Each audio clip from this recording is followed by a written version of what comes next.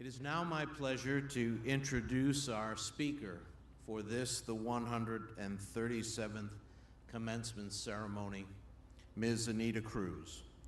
A classically schooled pianist with a bachelor's and master's degrees in music from the universities of Connecticut and Michigan, Anita Kruse worked as a soloist and as an accompanist for some time before beginning to write her own songs during her final year of graduate study.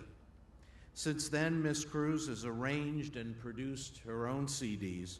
She has also performed her original material throughout the United States and internationally.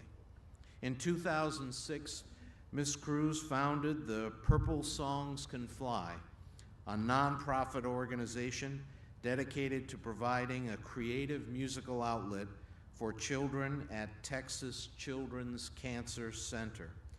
Using the in-house recording studio she designed, Ms. Kruse works with children to write and record their own songs, creating a tangible symbol of hope and of healing. Since the inception of Purple Songs Can Fly, 4 years ago, more than 155 songs have been composed and recorded. Some of the songs have been included on the in-flight playlist for Continental Airlines, and some of the songs have traveled aboard 2 NASA Space Shuttle missions. Inspired by Ms. Kruse's example, Maryville's clinical program in musical therapy, Kids Rock Cancer, has recently been launched here in St. Louis, with well over a dozen songs being recorded by children facing this dreaded disease. All this wonderful work and much more has been motivated by the model created by Anita Kruse. We are honored to have Ms. Anita Kruse with us at Maryville University to address the graduates for the class of 2010. Ms. Kruse.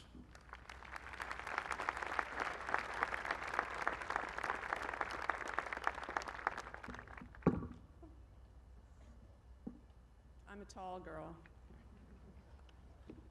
I went to a Cardinals game last night, and I don't know what I was thinking, but I wore purple. So, I have a little red on this morning. I know it's Maryville's colors too. Right at the moment that I decided not to buy the red Cardinals hat, the tornado alarm started. So, I got my red here. Congratulations, Maryville graduates. This is so exciting. And thank you, President Lombardi and the Board of Trustees, for inviting me here today. I am truly honored. I play the piano. For those of you who don't play the piano or another musical instrument, there is a technique in music called a trill. It's 2 notes rapidly alternating. Ever since I was a little girl, my father has given me the same advice before every concert I've ever played. When in doubt, trill. Mainly because if you play a long, even trill, it sounds like you know what you're doing. When I called my dad to tell him I was going to be giving the address to the Maryville graduates and needed his advice, he said, "Not sure if the trill will work too well in this particular situation." Mark Twain said, "When in doubt, tell the truth." We'll see what happens here, but if you experience a long pause in the next 15 minutes, I'm imagining this podium as a piano, and the pause is a trill. So, how in the world did I get here? As President Lombardi mentioned, I created Purple Songs Can Fly. And Tom Eschen, your Vice President of Academic Advancement, came down to Houston to learn about my project. He read a story in the New York Times and had this idea that possibly Maryville could create a project through the music therapy department. So he visited my Purple recording studio on the 14th floor, and that's where I work with children being treated for cancer and blood disorders and their siblings to write and record their own songs. I'm really, really happy that Maryville's Kids Rock Cancer has been launched. It's really exciting.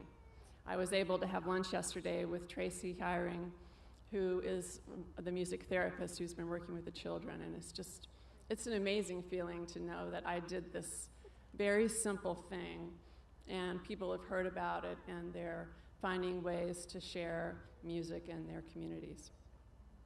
I was able to attend the kickoff events in September, and I met some of your wonderful faculty, including Cynthia Briggs, the head of the music therapy department. And I was reminded of my college professors and the amazing influence they had on my life. I had an incredible teacher in graduate school. His name was Theodore Letvin, and he taught the doctoral piano students. I was fortunate to be able to be in his class as a master's student, and so blessed to study with such an incredibly brilliant pianist. One of the most memorable lessons with him began with a discussion of the importance of projecting the sound of the piano and the intensity of the music out into a large concert hall. He was preparing artists to go out into the world and perform on concert stages with the goal of actually doing something that would cause an audience to listen. He said that in his many years of concertizing, attending concerts, and teaching, some of the most heightened moments in performance were the moments when the audience really listened intently. They tended to be moments when something went wrong. The uncomfortable pause of a memory slip, the shock of wrong notes in an otherwise flawless performance, the distracting squeaky pedal or the creaking bench. It would be those moments when the audience would really sit up and listen, because those moments were unexpected, and it was the unexpected that was exciting.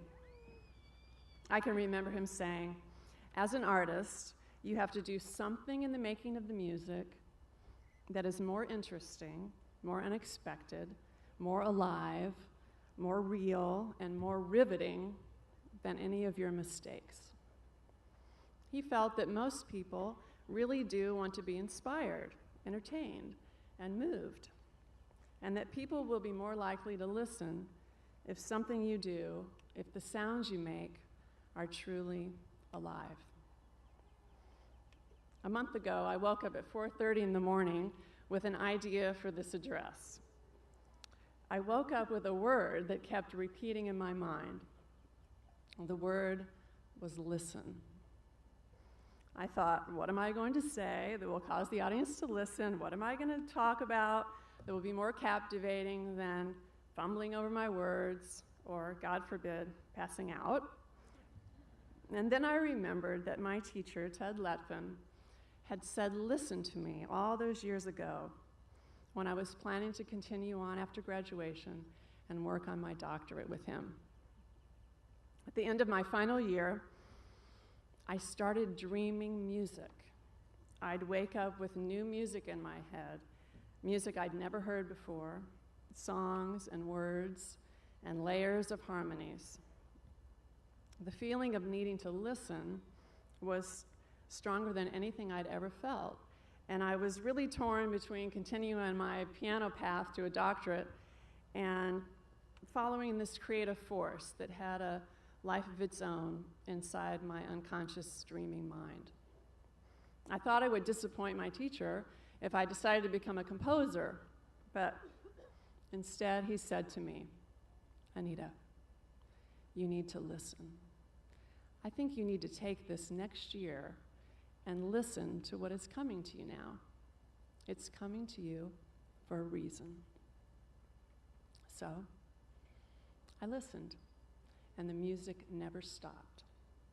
It led me to listen to children, and it led me to create Purple Songs Can Fly and listen to children being treated for cancer.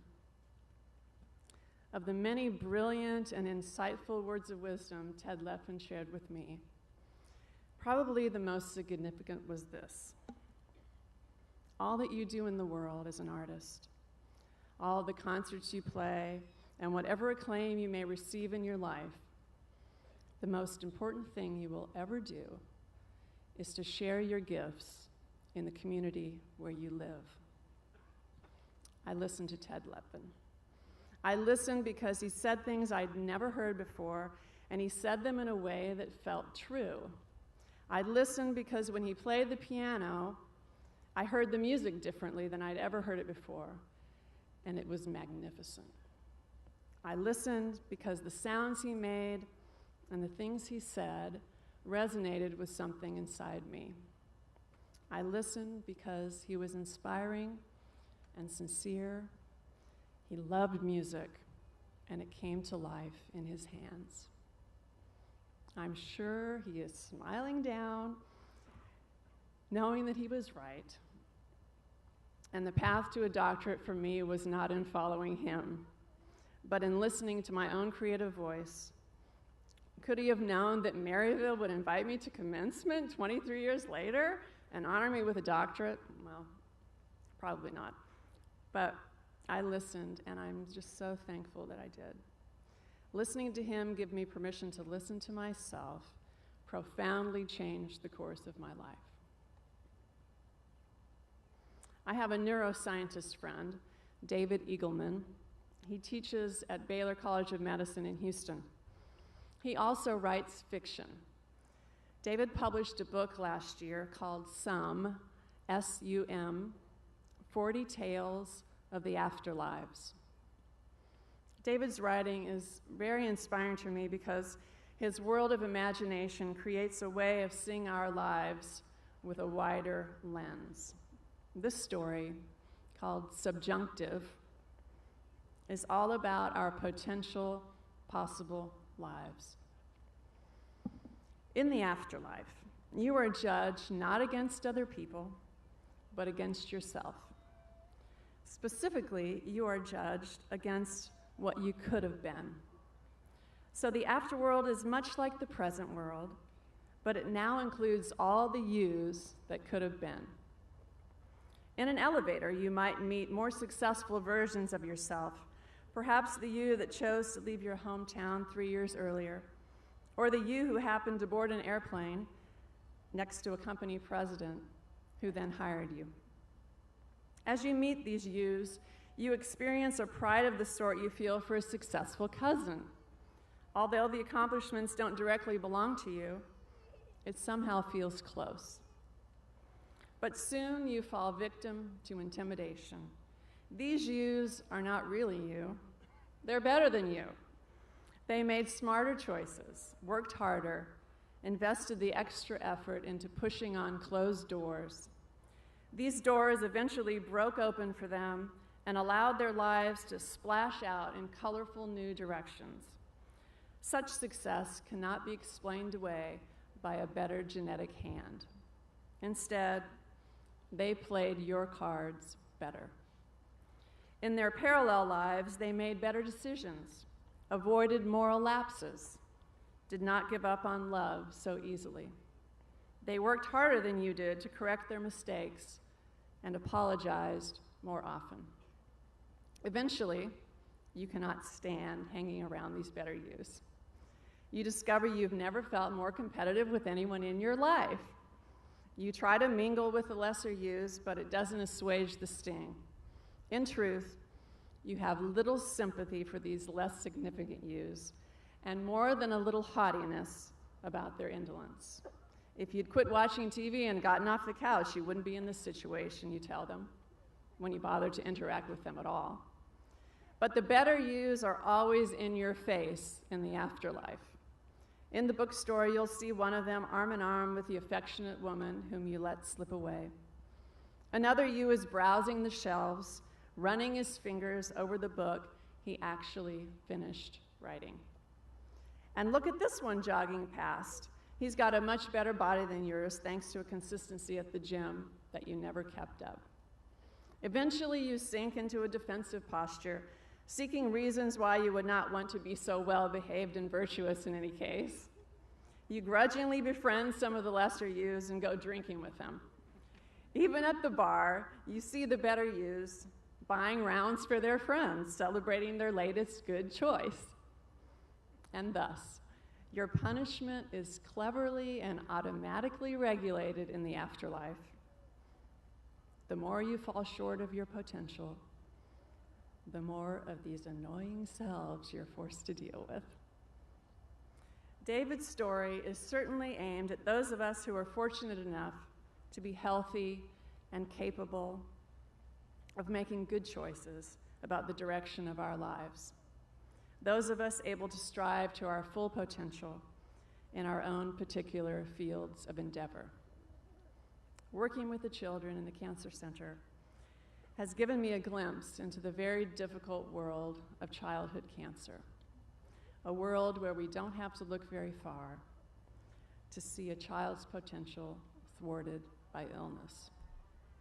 At the same time, what I've learned and experienced since beginning the project has given me a greater understanding of the strength and resilience that dwells in human beings.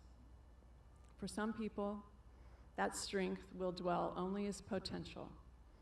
But for many, and most definitely for the children at Purple Songs Can Fly, it is in the face of adversity that our true strengths emerge, come to the front, and take the lead. Helping a child to write and record a song at this time in their life has proven to be not only important for the child and their family, but very meaningful everyone who hears it. I've come to understand more fully the power of creativity and the reasons why music, songs, and the combination of words and music are so powerful and transformative in our lives. As neurologist Oliver Sacks states in his book, Musicophilia, indeed, music occupies more areas of our brain than language does. Humans are a musical species. I've come to understand that songs and other forms of creativity activate our brains in very specific ways, and why the living arts have a place in medicine and are essential in our daily lives. Quite simply, creativity is life. We are all creating, all the time. And it is in the creating that we learn who we are. We get a glimpse of our true power. We realize the infinite possibilities of the mind, and we tap into what connects us all. It is fascinating to me that so many of the children I've worked with in the Cancer Center have wanted to create a song of appreciation. From my mom's the best mom in the whole wide world to Strong Heart, Strong Mind, a thank you song for a karate teacher. In the 170 songs written and recorded to date, not one child has wanted to write a poor me song. This reality has led me to think about the idea of perspective, specifically human perspective from the precipice. As graduates, you are all standing on the precipice of new possibilities. A child with a terminal illness or a life-threatening disease is living on the precipice between life and death. There is a fragility of life and the amazing insight that seems to come when a child is living on that precipice has been revelatory for me to witness. There is a perspective for them that is all about giving thanks. Giving thanks for all that they do have. Not what they might lose, not what they've already lost, but what they have. So, even if we are fortunate enough to be healthy today, not facing a life-threatening illness, envisioning our bright futures, we do have the ability, through the great gift of the imagination, to stand on the precipice and see our lives from that vantage point. To see that we all have the power to give thanks for all that we have and all that we've been given, for all of the support in our lives, our family, our friends, for our teachers, and all of the many events that have led us to today. To give thanks for the difficult times along the way where we found our true strength. It is that strength and gratitude that will allow us to see the world through the eyes of the heart, to see the beauty, to feel the awe of being alive, to listen to all that inspires us, to listen to the words and the sounds that feel true, to listen within, to listen to our creative voices and find ways to share our gifts in the communities where we live, to make the choices and to create the life paths that are not only in our personal best interest, but in the interest of our fellow human beings and our planet. I leave you today with messages from the children at Purple Songs Can Fly, written for you, the 2010 graduating class of Maryville University. From Zachary, a 15-year-old boy with a life-threatening blood disorder. Always look people in the eyes. You could be looking at an angel, even one in a suit. Life is a gift. Have fun. Live with gusto. Learn the art of walking in someone else's shoes. Yours will never feel so comfortable.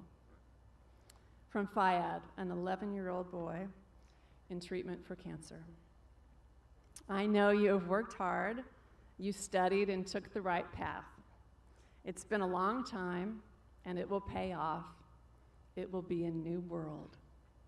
I hope you know all you have accomplished, and you should be proud that you are a graduate. And finally, from Alex, a 13-year-old girl and long-term cancer survivor. One thing I've learned from my experiences is that as you face difficult challenges in your life, you must always stay strong and believe in yourself. Believe in who you are so that you can discover your own special place in this world. And remember to always keep your heart open, because you never know when a single moment will transform your life. Congratulations!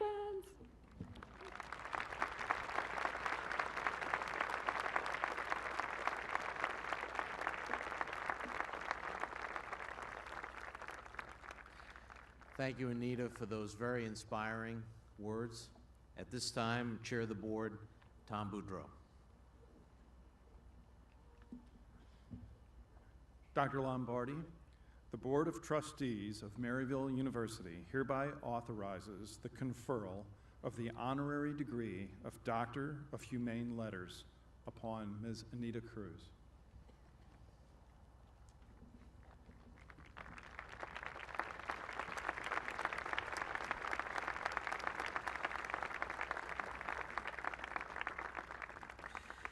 Ms. Kruse, for your lifelong love of music and your gift of sharing it with others, for earning a Bachelor of Music degree in piano performance from the University of Connecticut and a Master of Music degree from the University of Michigan, for your accomplishments as an Anna Jones Fellowship visiting artist, presenting concerts at Bard College, for instilling an appreciation of music in young children as an instructor of piano, songwriting, and elementary school artist in residence, and as director of children's original musical productions, for creating 9 CD recordings, including If We Can Fly to the Moon, dedicated to the victims of 9/11, for sharing your talents as composer in residence for the women clergy of Worship Weavers, for entertaining audiences by performing with the musical groups Trio Angelico and The Cry, for writing an original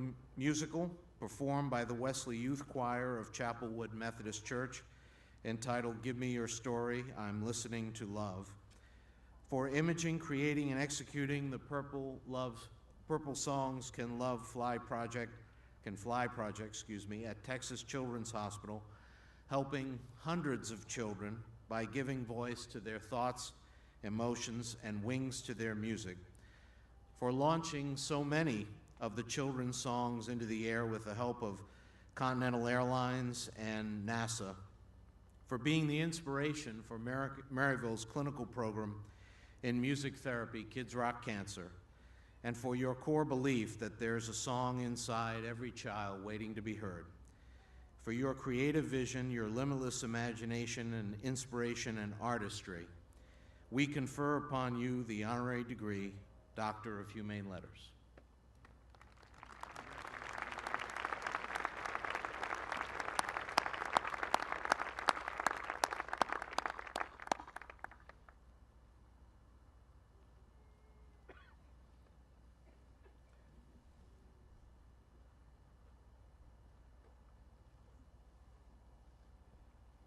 Thank you.